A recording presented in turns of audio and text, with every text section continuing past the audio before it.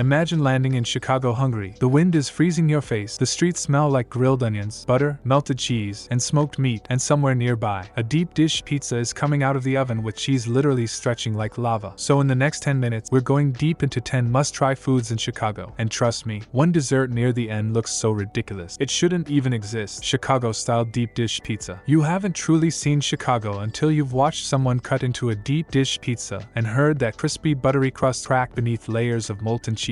This isn't regular pizza. It's basically a cheese-filled pie disguised as pizza. The crust is thick, golden, buttery, almost pastry-like. Then comes an avalanche of Wisconsin mozzarella, chunks of sausage, and bright tomato sauce poured on top like a final warning. And when that first slice lifts, cheese stretches forever. The entire table goes silent. Now here's something tourists don't know. Locals actually don't eat deep dish that often. It takes 30 to 45 minutes to bake, and honestly, one slice can destroy your appetite for the next 6 hours. But for a first Chicago experience, it's mandatory. Giordano's is famous for its stuffed double-layer crust packed with insane amounts of cheese, while Malnati's wins people over with its buttery crunch and faster service. Expect around $20 to $35 depending on size. And wait until you hear about the one Chicago food where ketchup is basically considered a crime. Chicago-style hot dog, Vienna beef dog. In Chicago, asking for ketchup on a hot dog might actually get you judged. Seriously, the Chicago-style hot dog is almost sacred here. It starts with an all-beef Vienna beef sausage snapped into a steamed poppy seed bun, then piled ridiculously high with mustard, chopped onions, neon green relish, tomato slices, a pickle spear, spored peppers, and celery salt. People call it running through the garden, and somehow, it works perfectly. Every bite hits differently. Crunch from the pickle, heat from the peppers, salt from the celery salt, juicy beef underneath everything. It was born during the Great Depression when vendors advertised it as a full meal with salad on top. That's genius survival food. George's Hot Dogs in Bucktown has been serving these since 1948, while Devil Dogs adds modern twists like Elote-style dogs with crazy flavor combination. Best part? Most cost under $8. Cheap, fast, legendary. But Chicago's messiest sandwich is still coming, and locals order it soaking wet on purpose. Italian beef sandwich. This sandwich looks like absolute chaos, and that's exactly why people love it. Thin slices of roast beef are slow cooked until unbelievably tender, stacked onto crusty French bread, then drenched in hot season just until the entire sandwich is dripping down your wrist. And if you order it dipped like locals do, the whole sandwich gets submerged in beef juices before serving. Your hands will get messy. Your shirt might not survive. Worth it. Then comes the giardiniera, spicy pickled vegetables that cut through the richness with heat, crunch, and vinegar. It's salty, wet, beefy, addictive. Mr. Beef became world famous after inspiring FX's The Bear, and the energy there feels intense. Workers yelling, sandwiches flying out, customers packed shoulder to shoulder. Meanwhile, AL's #1 beef is old school Chicago history and still one of the city's most respected beef spots. A regular costs around $11, combo with sausage around $14, and somehow Chicago's everyday pizza is even more loved by locals than deep dish, Thin-Crust Tavern-Style pizza. Here's the secret nobody tells tourists. Most Chicagoans don't regularly eat deep dish. This is the pizza locals actually order weekly. Tavern-style pizza is thin, crispy, crunchy, and cut into little squares instead of slices. It's designed for groups sitting around bars, grabbing pieces while talking, drinking, laughing, and watching sport. The edges crack when you bite them. The cheese caramelizes perfectly, and because the crust is thinner, toppings become the star. Barbecue chicken, jalapeno